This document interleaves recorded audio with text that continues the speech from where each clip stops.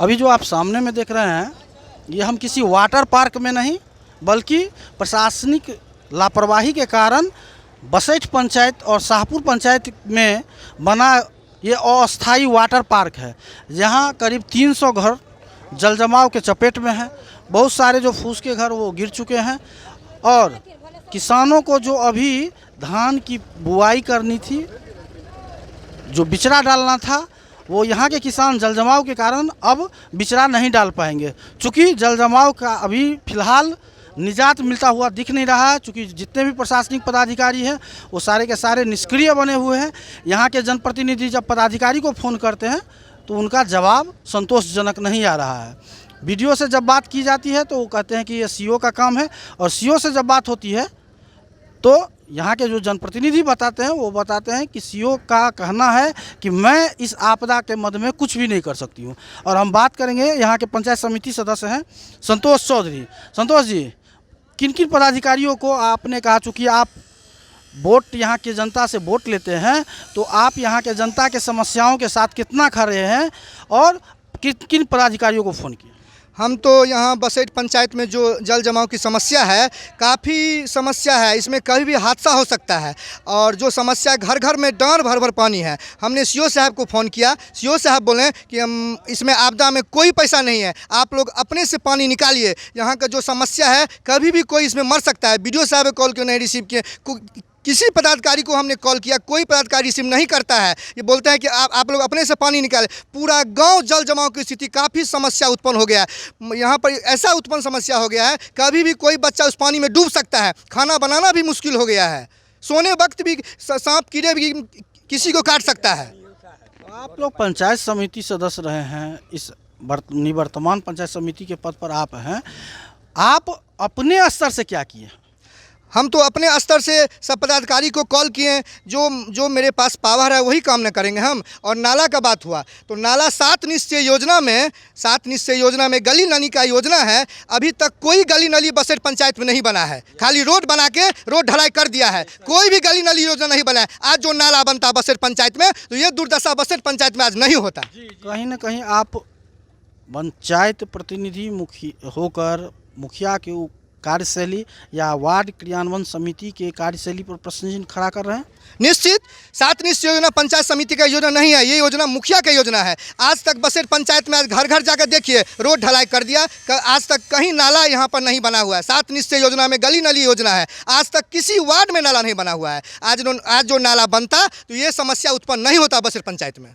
आपको हम बता दें कि बसेठ पंचायत के, फिर से बता रहे हैं कि करीब 300 घर जलमग्न हो चुका है और समस्याएं लगातार बढ़ रही है। अभी फ़िलहाल तो शुरुआती मानसूनी बारिश है, तो अभी इतनी समस्या है और बारिश होना है, बाढ़ भी आएगी। लेकिन पदाधिकारी अब अगर सजग नहीं होते हैं तो इन लोगों की समस्या खत्म नहीं होगी। इस समस्या कभी न कभी महामारी के रूप लेनी तय है। अभी हम जल जमाव को ही लेकर अभी हम बसेठ के एक दूसरे घर में हैं। ये घर की विडंबना है। देखिए, आप सामने में देख रहे हैं कि यहाँ पर चौकी रखा हुआ है और चौकी पर ही इन लोगों का भोजन पक रहा है। चूँकि मजबूरी है, लाचारी है और बेबसी है।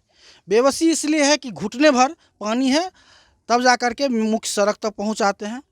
और चूँकि घर में महिलाएं हैं, बच्चियां हैं, वो लोग अपने ज़रूरत के सामान के लिए बाहर नहीं निकल पा रही हैं। और देखिए, सामने में इनका ये 2 रूम है जहां ये लोग सोते थे। अब दोनों रूम जल जमाव के कारण गिरने के कगार पर पहुंच चुका है।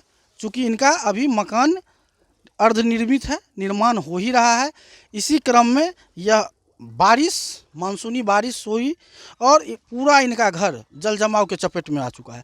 चूँकि बसेठ पंचायत के लिए जल जमाव कोई नई समस्या नहीं है।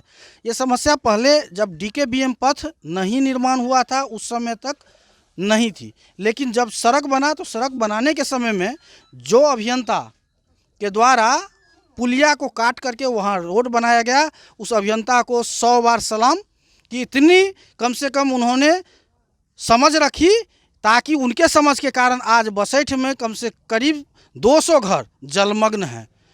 ये उन अभियंता को सलाम है। बउआ, घर में खाना कैसे पकाती हो?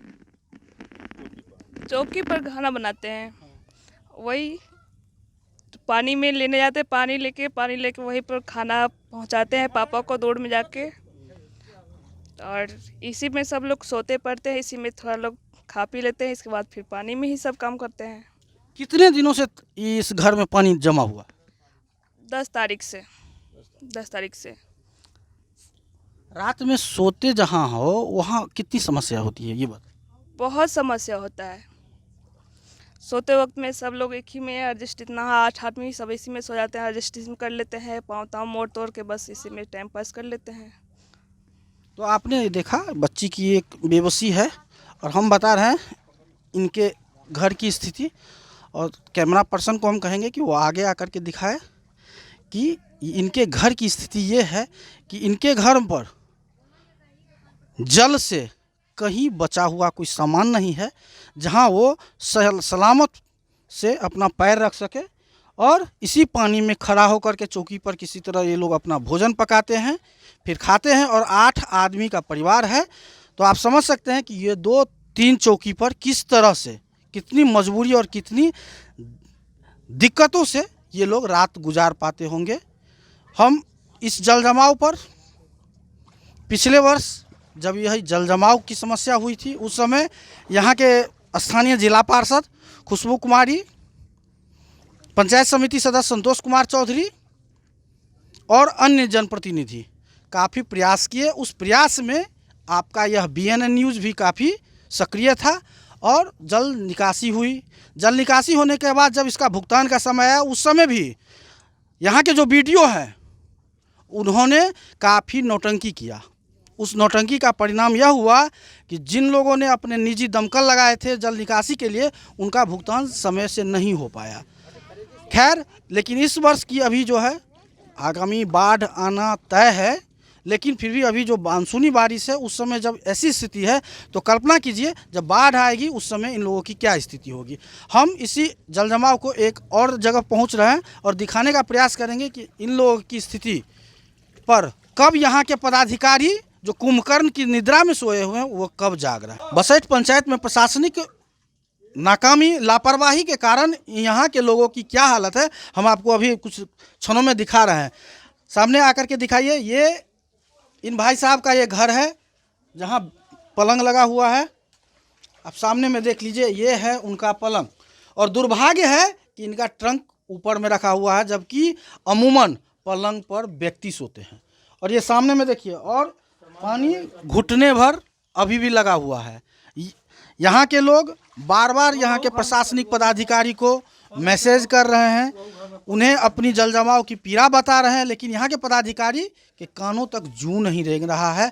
ये ऐसी लापरवाही है कि यहाँ अभी हालांकि कोविड कुछ कम हुआ है, लेकिन अभी जो स्थिति है, हर व्यक्ति घर से बाहर जाकर के सोने की मजबूरी बनी हुई है। खुदा न खास्ता अगर इन लोगों को कुछ बीमारी होती है या महामारी फैलती है तो फिर इसकी जिम्मेदारी किसे तय करना होगा, ये आप सोचिए। फिलहाल ये देखिए, इनका अंगना, क्या नाम है आपका? मनोज भंडारी। ये जल जमाव जो है ये कब से आपके घर में लगा हुआ है? ये 6 रोज से लगा हुआ है, जब से 15 ही तारीख से पानी आया उसी दिन से है जी। देखिए साहब, हम लोग के तब बच्चा का तबीयत खराब है, बीवी का तबीयत खराब, सबका पानी की वजह से सबका तबीयत खराब है। कहाँ जाए? इसकी जानकारी किसी को दिए हैं?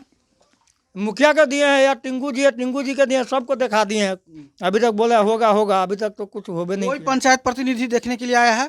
कोई नहीं आया है। कल वो प्रमोद जी भी आए थे, वो देखे, और टिंकू जी आए हैं, वो देख के फोटो खींच करके लेके गया है, समझे। और उसके बाद में अभी तक कोई अबे नहीं किया है। आप लोग का अभी घर का खाना कहाँ पक रहा है? और दूसरे के घर में, चाची के घर में पका रहे हैं। तो ये है मनोज भंडारी जी, जिनका खाना प्रशासनिक लापरवाही, हम कह रहे हैं प्रशासनिक लापरवाही के कारण दूसरे आंगन में बन रहा है।